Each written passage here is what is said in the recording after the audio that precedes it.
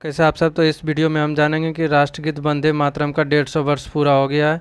तो 150 वर्ष पूरा हो जाने के उपलक्ष्य में अभी ये बहुत हाईलाइटेड चल रहा है, जो कि करंट अफेयर्स के लिए ये बहुत ही इंपॉर्टेंट हो जाता है। तो जानेंगे इस वीडियो में कि इसका रचना किसने किया, इतिहास इसका क्या और इसका महत्व क्या है। तो आइए हम लोग देखते हैं राष्ट्रीय गीत वंदे मातरम के बारे में। तो इसका 150 वर्ष पूरा हो गया। राष्ट्रगीत 150वीं वर्षगांठ 7 नवंबर 2025। 7 नवंबर 2025 को वंदे मातरम की रचना के 150 वर्ष पूर्ण हुए। प्रधानमंत्री नरेंद्र मोदी ने नई दिल्ली में वर्ष भर चलने वाले समारोह का उद्घाटन किया। कार्यक्रम 7 नवंबर 2025 से 7 नवंबर 2026 तक देश भर में चलाया जा रहा है। इस अवसर पर ध्यान दीजिएगा कि स्मारक डाक टिकट और सिक्का भी जारी किया गया है। ये इम्पोर्टेंट हो जाता है कि वंदे मातरम के 150वें वर्षगांठ पर स्मारक टिकट, डाक टिकट और सिक्का भी जारी किया गया। विभिन्न वर्गों की जन भागीदारी के साथ वंदे मातरम का सामूहिक गायन आयोजित किया जा रहा है।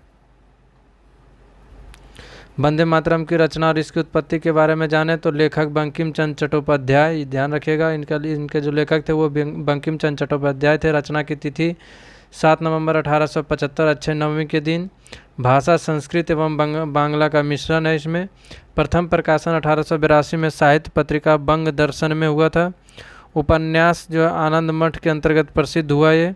संगीत यदुनाथ भट्टाचार्य ने गीत को सुरबद्ध किया था। सुरबद्ध इसे कौन किया? तो यदुनाथ भट्टाचार्य। वंदे मातरम का भावार्थ क्या? वंदे मातरम का भाव है मातृभूमि को नमन या वंदन। यह गीत मातृभूमि को शक्ति, समृद्धि एवं दिव्यता का प्रतीक मानकर उसकी वंदना करता है। गीत में देश के प्रति प्रेम, श्रद्धा, समर्पण और गौरव की भावना व्यक्त होती है।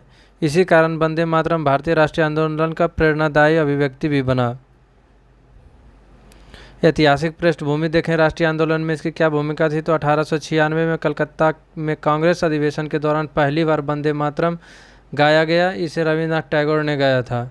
ध्यान रखिएगा, कलकत्ता में कांग्रेस अधिवेशन जब हुआ था 1896 में, उस दौरान पहली बार वंदे मातरम गाया गया और इसे रविन्द्रनाथ टैगोर ने गाया था। 1950 के बंगाल विभाजन विरोधी आंदोलन में वंदे मातरम को पहली बार राजनीतिक नारे के रूप में व्यापक प्रयोग मिला। इसका पहली बार राजनीतिक नारे के रूप में व्यापक प्रयोग कब हुआ? तो जब 1905 में बंगाल विभाजन हुआ, तब इसका मतलब इसे एक राजनीतिक नारे के रूप में प्रयोग किया जाने लगा। आगे हम देखें तो 1907 में मैडम भिखाजी कामा ने जर्मनी के स्टुटगार्ट यानी बर्लिन में भारत का पहला तिरंगा फहराया। उस पर वंदे मातरम अंकित था। तो मैडम भिखाजी कामा जो जर्मनी के स्टुटगार्ट में भारत का पहला तिरंगा फहराया, तो उस पर क्या लिखा हुआ था? तो वंदे मातरम, जो कि 1907 में मैडम भिखाजी कामा ने फहराया था।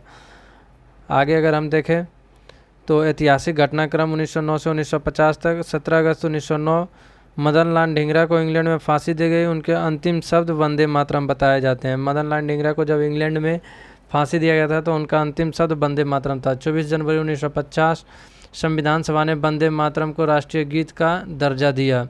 राष्ट्रगीत का स्थान। वंदे मातरम को जनगण मन के समान सम्मान प्राप्त है। यह भारतीय स्वतंत्रता आंदोलन के प्रेरणा और राष्ट्रभक्ति की भावना का महत्वपूर्ण प्रतीक रहा है।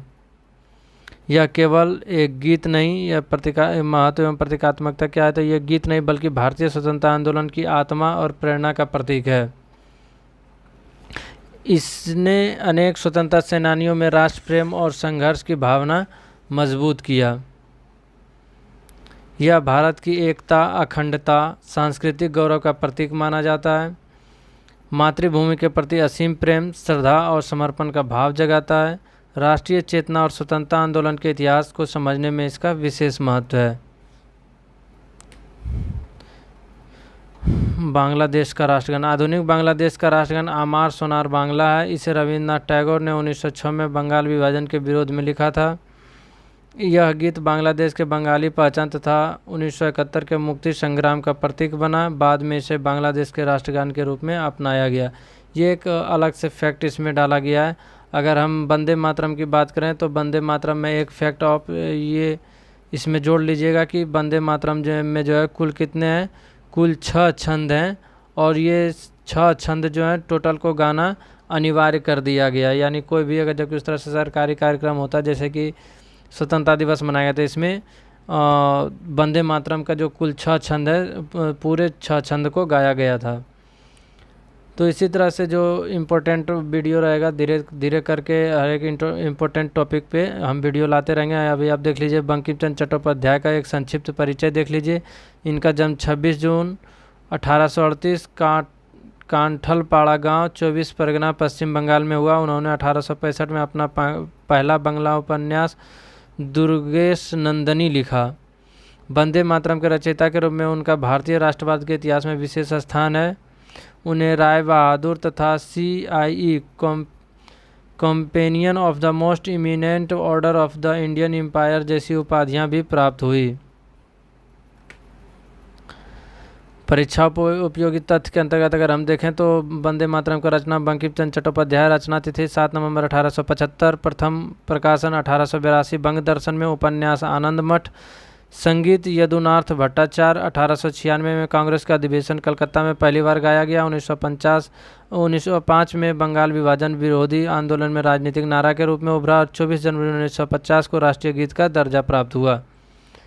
ये था आपका वंदे मातरम से रिलेटेड। अगर इसको हम तुरंत पुनरावृत्ति करें तो वंदे मातरम का लेखक वही सारा, बंकिम चंद्र चट्टोपाध्याय वही सारा इसमें रिपीट किया हुआ है। तो इसी तरह से हम आगे भी इम्पोर्टेंट जो भी करंट में चलता रहेगा टॉपिक, उसके साथ साथ आपका उधर जो हिस्ट्री का एक चल रहा है डेली सुबह 9 बजे जो हर एक दिन एक वीडियो आता है आपका, उसमें अभी आपका वायसराय गवर्नर जनरल कवर कर दिया गया है। उसके बाद बुद्ध धर्म भी कवर कर दिया गया है और बुद्ध धर्म से रिलेटेड एक स्तूप था उसको भी कवर कर दिया गया, उसका भी वीडियो आपका आ जाएगा। इसी तरह से एक वो सीरीज आपका चलते रहेगा जो सुबह 9 बजे हर एक दिन एक वीडियो आएगा, और बाकी बात ये करंट से रिलेटेड जो भी रहेगा वो शाम में 3 बजे या 6 बजे के आसपास डेली एक वीडियो आ जाएगा। मिलते हैं इसी तरह के अगले वीडियो में, तब तक के लिए जय हिंद।